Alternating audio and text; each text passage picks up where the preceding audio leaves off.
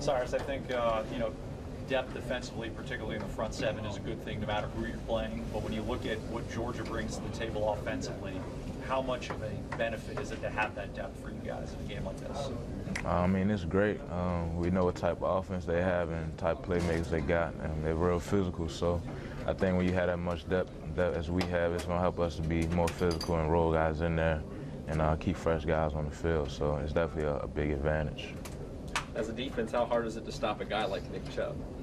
I mean, it's going to take a collective effort. I mean, everybody just going to have to do their job and execute. I mean, it's pretty simple. Everybody just do their job and let the chips fall where they may. Does having to practice against a guy like Derek every day, who's also kind of a big physical back, does that help you when you're preparing for someone like Chubb? I think so. Especially linebackers in the secondary, just having a one-on-one tackle a guy like that and who runs physical. So it definitely is an advantage for us that we get to practice against bigger backs that we have and just get prepared for Nick Chubb. So it's definitely an advantage. We heard a little bit about Reggie challenging the defense in practice last week. It's one thing for people to talk, but then to come out and perform like you guys did on Saturday. What did that do for the confidence of the team? I think anytime you get a chance to go out there and play and execute the way we did on Saturday, I mean, it's only going to just provide a stepping stone for you to keep getting better. So, I mean, I think we challenge ourselves every day as a group to come out there and try to keep getting better. And I think this is going to continue for the rest of the season. They're not really flashy, but they do everything really well offensively. No dual threat quarterback, but what you get from them is something that Alabama tries to impose on people. Talk about that challenge of facing that type of team that doesn't really have the dual threat quarterback. I mean, yeah, they don't have the dual threat, but I mean, they're similar to us, I would say. So I mean, they're not flashy like you said, but they try to beat you with that execution and that physicality on both sides of the ball. So I think we're just gonna have to try to match that, and the most physical team I think is gonna come out on top Saturday. I think as far back as the spring, we talked to you about the young guys in the secondary and how you would have to kind of help them along, leadership, stuff like that. How would you say some of the younger players, maybe more specifically Marlon Humphrey, how has he kind of evolved and grown as a player throughout the season?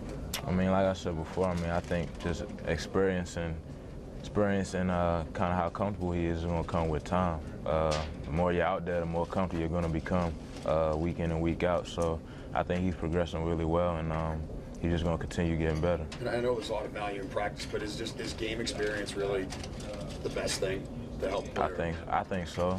I know when it was my first time out there, I wasn't as comfortable, nowhere near as comfortable as I am now.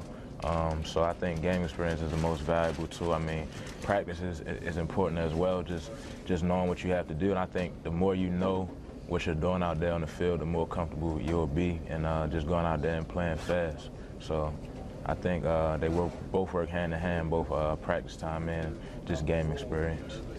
You were there at that last time you guys played Georgia in the Georgia Dome for SEC Championship. What do you remember about the end of that game? Nerve-wracking, very nervous about what was going to take place. I mean, a lot of big plays were made to kind of put us in position to win.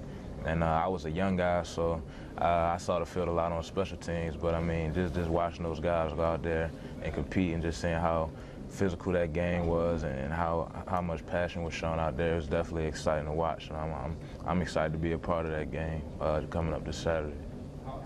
First road game in a while. Is there a different mentality, different way to prepare for a game that's on the road in a hostile environment?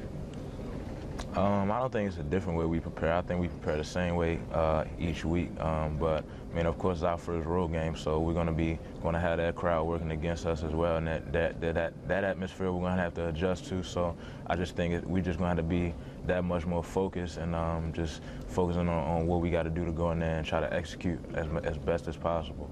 So I know you've been around a long time with this program, and inside the locker room, I'm sure it's managed. Outside the locker room, the highs and lows of playing for Alabama. The highs are extremely high, the lows are extremely low. You've already experienced both of those this season. Is that something that you've had to learn how to manage throughout your time here playing for this team? Yeah, I mean, I feel like you know what you're going to get when you come to a program like this, no matter how long you've been around. And the expectation is very high playing for Alabama, and you just got to accept it. I mean, like I said, I played for the guys in the locker room and my coaches, and you can't worry about the outside stuff and how fans react and stuff like that. Got to try to block it out as best you can. I mean, it gets frustrating at times because, I mean, we know what type of team we have, and we still have a lot of confidence in what we can accomplish this year. So we just got to stay focused as a group and just keep everything kind of within the family. That's what we like to say. I mean, just not worry about the outside distractions. Let's do one more question. No room for error because of the early loss within the league. You've dealt with that before last year in the middle of the season, but this is a little sooner. Just talk about knowing that such a big game, so much rides on really the expectations that you talked about.